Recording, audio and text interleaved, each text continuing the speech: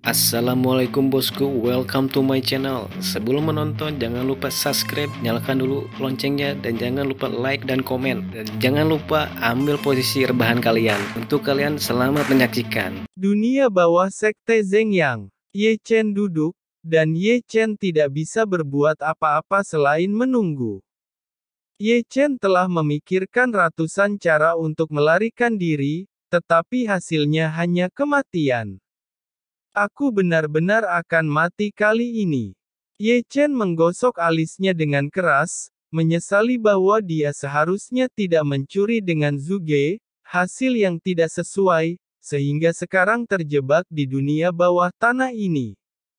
Deru, deru. Tiba-tiba, gumaman naga yang dalam berdering, membuat Ye Chen berdiri. Suara seperti itu lagi. Ye Chen mengerutkan kening. Omong-omong, Ye Chen tidak asing dengan raungan naga, karena Ye Chen telah mendengar raungan naga seperti itu ketika dia berada di belakang gerbang sekte Heng Yue. Ye Chen selalu berpikir malam itu adalah ilusi, karena yang lain tidak mendengarnya, hanya Ye Chen yang mendengarnya. Sekarang, Ye Chen terkejut mendengar raungan naga lagi di gua sekte Zhengyang. Raungan ini hampir persis sama, dan Ye Chen mendengarnya lebih jelas daripada ketika berada di sekte Heng Yue. Deru, deru. Sambil berpikir, Ye Chen mendengar naga berat itu mengerang lagi. Tanpa sadar, Ye Chen menatap kakinya dengan ganas, karena erangan naga datang dari bawah meridian spiritual bumi. Ada misteri di bawah ini. Mata Ye Chen sedikit menyipit, dan Ye Chen membuka mata kirinya, mata roda abadi.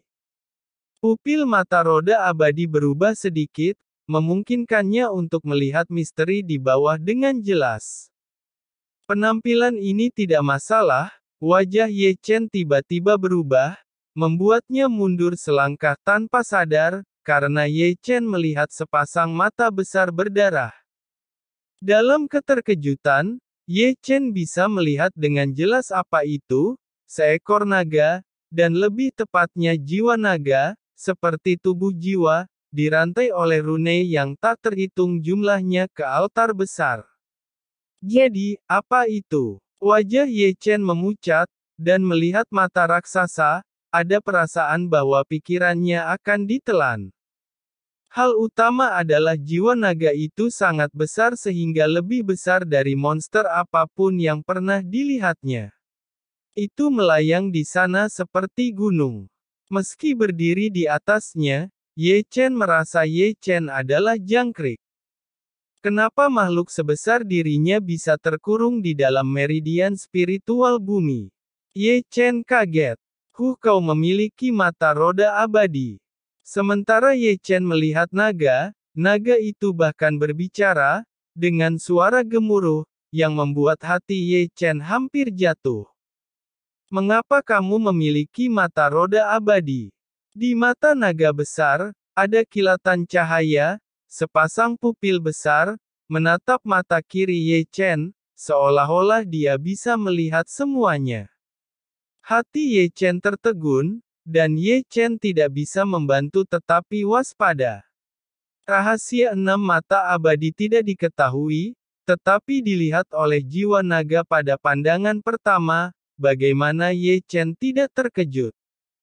Di bawah, naga yang tidak nyata tidak menunggu Ye Chen menjawab, lalu melirik Ye Chen, tidak masalah jika kau tidak bersedia mengatakannya.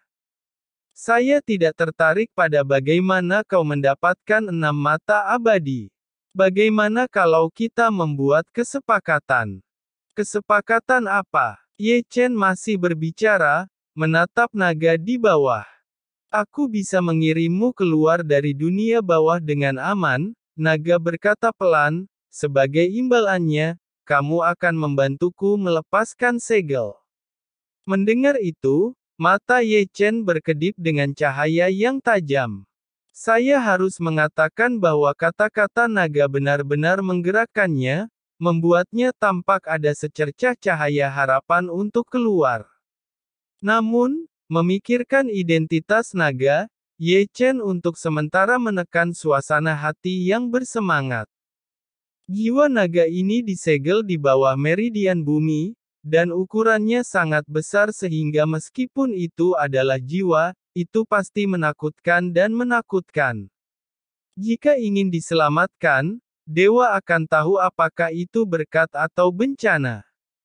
Memikirkan hal ini, Ye Chen memandang naga dan berkata, "Tidak masalah jika ingin melakukan kesepakatan denganku, tapi siapa Anda, kenapa bisa tersegel di tempat ini?"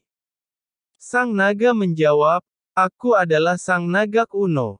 Naga kuno. Mata Ye Chen menatap lurus, dan wajahnya penuh ketakutan. Naga kuno, sejarah ini bisa besar.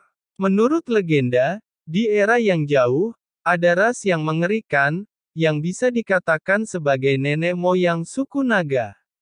Darahnya sangat kuat. Itu pernah mendominasi dan merupakan penguasa tertinggi dunia ini. Namun, setelah zaman kuno, ras mengerikan ini telah menghilang, dan hanya legenda yang tertinggal di dunia, dan tidak ada yang pernah melihat naga kuno. Ini adalah rahasia kuno. Ye Chen juga telah melihat beberapa kata dalam gulungan rahasia yang rusak, tetapi tidak pernah berpikir bahwa ada naga kuno yang terlalu samar di dunia ini. Meskipun itu hanya bentuk jiwa naga, itu juga penguasa dunia ini. Dengan ngeri, Ye Chen mengangkat jarinya lagi dan berbisik, "Makhluk mengerikan ini pun menghilang tanpa jejak, hanya kisah dan legenda mereka yang masih tertinggal. Selain itu tidak ada seorang pun yang benar-benar melihat wujud sang naga kuno." Memikirkan hal ini, Ye Chen tidak bisa membantu tetapi memberikan pandangan ragu-ragu pada sang naga kuno, "Apakah Anda benar-benar makhluk zaman kuno?" Naga kuno tidak berbicara, tetapi kelopak matanya sedikit bergetar, dan dia mengangguk. "Bagaimana itu mungkin?" kata Ye Chen buru-buru, "setidaknya ratusan ribu tahun lagi dari era ini. Sejauh yang saya tahu, makhluk-makhluk zaman kuno telah lama menghilang. Mengapa ada yang selamat? Selain itu, Anda berasal dari ratusan ribu tahun." Sang naga menjawab, "Aku hanya jejak sisa jiwa naga kuno."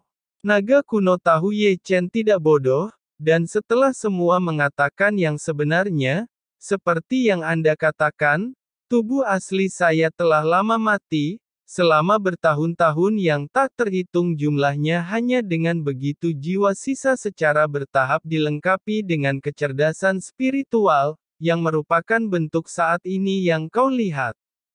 Ye Chen berkata, "Mendengarmu bicara seperti itu, aku dapat memaksakan diri untuk memahaminya."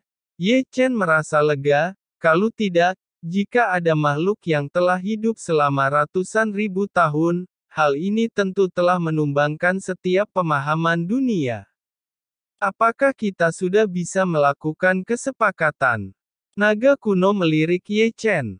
Ye Chen berkata, "Kamu belum menjawab pertanyaanku yang lain, mengapa kau ditekan dan disegel di dunia bawah tanah sekte Zengyang ini?"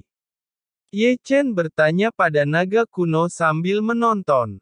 Mendengar ini, mata besar naga kuno, sangat dingin melintas, membuat Ye Chen takjub dari ujung kepala sampai ujung kaki. 3.000 tahun yang lalu, begitu aku tersadar dan berhasil memperoleh kecerdasan dalam jiwaku, aku bertemu dengan kultivator yang sangat tamak. Dia memotong jiwaku yang masih lemah ini menjadi 3 bagian, kemudian menyegelnya ke dalam tubuh ketiga muridnya, dan aku adalah salah satu jiwa yang dipotong. Setelah mendengar ini, mata Ye Chen berbinar. Dia telah mendengar tentang Xuan Chen, leluhur pertama dari 3 sekte, dan menciptakan sekte pertama di dataran Chu, ialah sekte Xuan. Ada 3 murid Xuan Chen, Yuji, Guanglong dan Yun Qiu. Setelah kematian Xuan Chen, ketiga muridnya melanjutkan warisannya, diturunkan dari generasi ke generasi, dan bertahan. Tapi entah bagaimana, 2000 tahun yang lalu, kekacauan internal Sekte Suan menyebabkan bencana yang mengerikan. Pada saat itulah Istana Darah menguasai bagian utara. Kekacauan di Sekte Suan ini berlangsung hingga 1000 tahun lamanya dan akhirnya dapat mereda juga, namun kejayaan Sekte Suan pun turut hancur. Pada tahun yang sama, keturunan murid Agung Yuji menciptakan Sekte Zengyang, keturunan murid kedua Guanglong menciptakan Sekte Qingyun, dan keturunan dari 3 murid Yunqiu menciptakan Sekte Hengyue. Aku hanya tahu asal-usul ketiga sekte itu, tapi aku tidak tahu bahwa ada rahasia seperti jiwa naga kuno. Ye Chen bergumam pada dirinya sendiri, pada saat itu, ketika seekor naga iblis menghancurkan dataran Chu, leluhur Suan Chen pun memenggal kepalanya. Apakah yang dimaksud adalah jiwa naga kuno? Memikirkan hal ini, Ye Chen menatap naga kuno lagi. Kau bilang waktu itu leluhur Suan Chen memotong jiwa naga kuno dan membaginya menjadi 3 bagian di dalam tubuh ketiga muridnya. Kalau begitu, ketika aku mendengar raungan naga di Sekte Hengyue, apakah suara itu berasal dari jiwa sang naga kuno? Sang naga kuno menjawab, sekarang kau tahu kan betapa hinanya kalian para manusia, bukan? Ye Chen sedikit mengernyit, dan ada kilatan cahaya di matanya, bergumam pada dirinya sendiri, jadi, erangan naga yang kudengar hari itu di pegunungan di belakang Sekte Hengyue berasal dari jiwa naga kuno. Ye Chen bergumam, selain itu sejarah yang ku ketahui sedikit berbeda dari yang baru saja kau katakan, pada waktu itu kaulah yang telah membuat dunia porak-poranda, lalu kau jugalah yang membunuh leluhur Suan Chen. Tidak perlu heran, sejarah ditulis oleh pemenang. Naga kuno berkata dengan dingin. Baiklah, mari kita bicara tentang kesepakatan kita sekarang. Ye Chen mengubah topik pembicaraan secara langsung. Kamu bilang kamu bisa mengirimku keluar dengan selamat. Meskipun aku disegel, aku masih memiliki kekuatan untuk mengirimmu keluar dengan selamat. Naga kuno berkata dengan ringan. Karena ini adalah kesepakatan, aku akan menyelamatkanmu, dan kamu juga akan membantuku mengeluarkan segel. Ye Chen berkata, makhluk sekuat dirimu saja tidak dapat merusak segel ini, lalu apa yang bisa dilakukan oleh kultivator lemah sepertiku? Sang naga kuno berkata, tidak, bukan berarti itu tidak akan berhasil di masa depan. Naga kuno menatap Ye Chen dalam-dalam. Saya dapat melihat bahwa kau bukan seorang kultivator biasa, jika kau memiliki cukup waktu, kelak kau akan dapat menguasai dunia. Ye Chen berkata, jadi maksud Anda, kau akan menyelamatkanku dulu, kemudian setelah aku menjadi kuat, aku harus kembali lagi kemari untuk menolongmu. Sang naga kuno berkata, jika tidak begitu, apakah kekuatan kultivasimu saat ini dapat membebaskan emku dari segel-segel ini? Kenapa kau bisa yakin aku akan kembali untuk menyelamatkanmu? Ye Chen memandang naga kuno dengan penuh minat. Kau pasti akan melakukannya. Mungkin, kamu bisa melepas pakaianmu dan melihat dadamu. Mendengar itu, Ye Chen mengerutkan kening, tetapi Ye Chen dengan cepat menarik bajunya, dan ketika Ye Chen melihatnya, Ye Chen melihat rune berbentuk naga bersinar di dadanya, yang perlahan menyatu dengan tubuhnya. Pada saat ini, Ye Chen merasa khawatir, seolah-olah seluruh tubuh dan bahkan jiwa telah tercetak dengan kutukan yang sangat berbahaya. Sang naga kuno berkata, itu adalah mantra terlarang dari Kan Naga Kuno.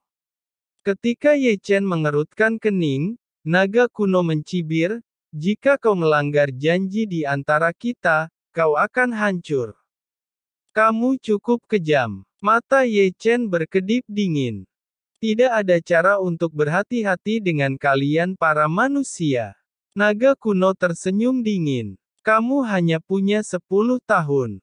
Dalam 10 tahun, jika kau tidak membantuku keluar, kutukan itu harus dipenuhi. Kau di bawah kutukan akan menjadi abu, dan jangan mencoba menghancurkan kutukan, karena di dunia ini, hanya aku yang bisa membuka kutukan. Secara alami, dalam 10 tahun, jika kau membantuku keluar dari segel-segel ini, kutukan itu akan hilang dengan sendirinya. Mendengarkanmu, aku tidak punya pilihan. Ye Chen merentangkan tangannya. Kamu harus berterima kasih padaku karena aku bisa menyelamatkanmu dari kematian. Kamu tidak harus mengatakannya dengan baik. Ye Chen mencibir. Apakah kamu tidak menyelamatkanku untuk suatu tujuan?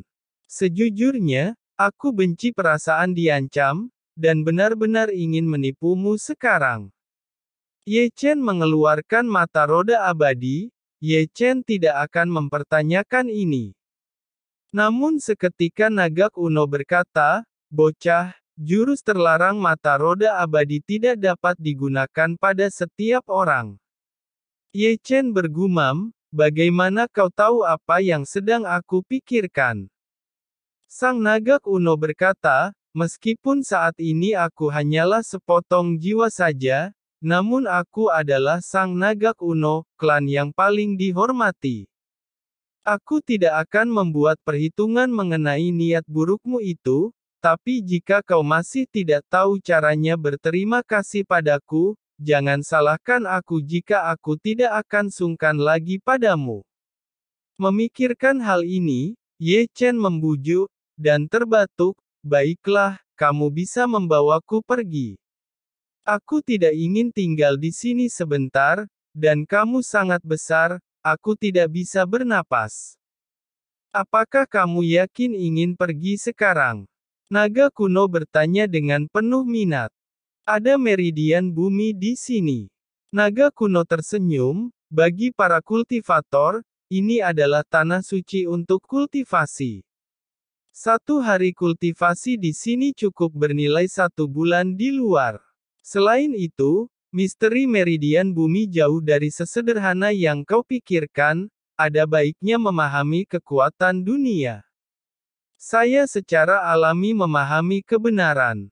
Ye Chen menggosok alisnya dan berkata, "Tapi jika aku tidak segera keluar, masalahnya akan menjadi sangat gawat."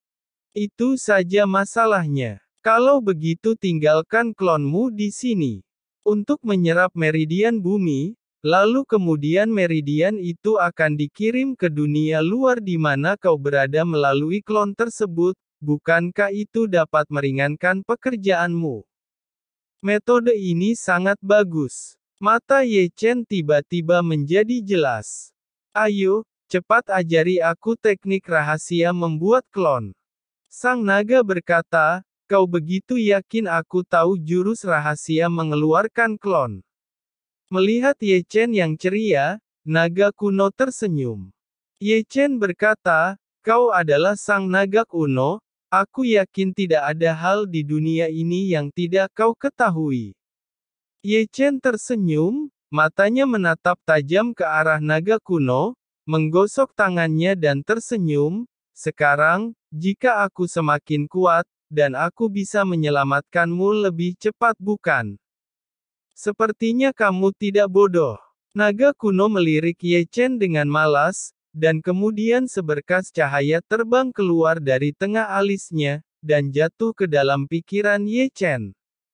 Merasa bahwa jurus rahasia besar muncul di benaknya, Ye Chen buru-buru duduk di tanah dengan lutut bersilang. Selama periode ini, ada juga sosok manusia imajiner yang muncul untuk membantu Ye Chen mengolah metode pemisahan rahasia dalam waktu singkat. Dunia bawah tanah menjadi sunyi, Ye Chen duduk, tetap diam, tenggelam dalam pemahaman jurus rahasia. Di bawah, malas, naga kuno yang terlalu samar ini tergeletak di tanah, mengangkat kelopak matanya lebih dari sekali untuk melihat Ye Chen. Dari waktu ke waktu, ada kilatan cahaya di pupil besar. Sang naga kuno bergumam, dia mampu mendapatkan mata roda abadi, api 9 dewa, darah iblis. Orang biasa lainnya tidak akan mampu mendapatkan barang sehebat itu. Anak ini benar-benar tidak sederhana. Anak ini